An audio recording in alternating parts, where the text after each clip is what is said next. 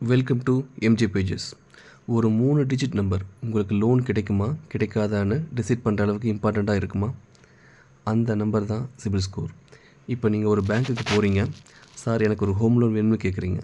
Bank உங்கள் salary ஸ்லிப்பை மட்டும் பார்க்காது, முன்னாடி வாங்கின லோனை நீங்கள் எப்படி கட்டியிருக்கிறீங்க, கிரெடிட் கார்டு பில்லை எப்படி ஹேண்டில் பண்ணியிருக்கிறீங்க, எவ்வளவு கிரெடிட் யூசேஜ் பண்ணியிருக்கிறீங்க, ரீசெண்ட்லி நீங்கள் நிறைய லோனுக்கு அப்ளை பண்ணியிருக்கீங்களா, இது மாதிரியான கிரெடிட் ஹிஸ்ட்ரியை பார்த்து தான் உங்கள் சிபில் ஸ்கோர் உருவாகுது. இந்த சிபில் ஸ்கோர் பொதுவாக 300 முதல் 900 வரை இருக்கும். ஒரு சின்ன எக்ஸாம்பிளுக்கு, நீங்கள் கிரெடிட் கார்டில் 1,00,000 லிமிட் வச்சுருக்கீங்கன்னு வச்சுக்கோங்க. அதில் தொடர்ந்து கிட்டத்தட்ட முழு லிமிட்டையும் பயன்படுத்துகிறீங்க. அப்போ பேங்க் என்ன நினைக்கலாம், இவரோட கிரெடிட் யூசேஜ் ரொம்ப அதிகமாக இருக்குது அப்படின்னு நினைக்கலாம்.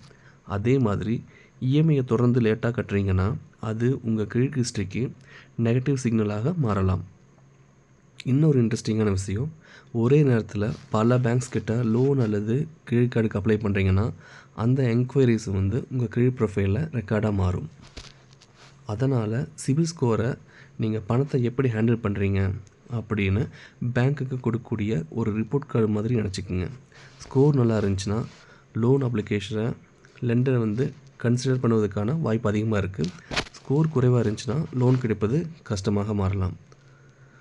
ஆனால் சிபில் ஸ்கோரை மட்டும் வச்சு லோன் ரிஜெக்ட் ஆகும் இல்லை அப்ரூவ் ஆகும்னு சொல்ல முடியாது.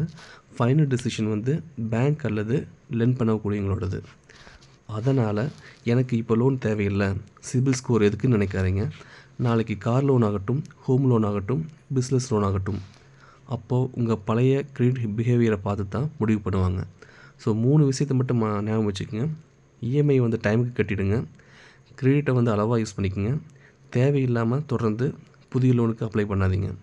உங்கள் சிபில் ஸ்கோரை ஒரு நம்பராக மட்டும் பார்க்காதீங்க, அது உங்கள் ஃபினான்ஷியல் பிஹேவியரோட ஒரு கண்ணாடி மாதிரி. அடுத்த வீடியோவில் சிபில் ஸ்கோர் நல்லா இருந்தும் ஏன் சில பேருக்கு லோன் ரிஜெக்ட் ஆகுதுன்னு பார்க்கலாம். இந்த வீடியோ உங்களுக்கு பிடிச்சிருந்துச்சுன்னா எம்ஜே பேஜஸை சப்ஸ்கிரைப் பண்ணுங்கள். தேங்க்யூ.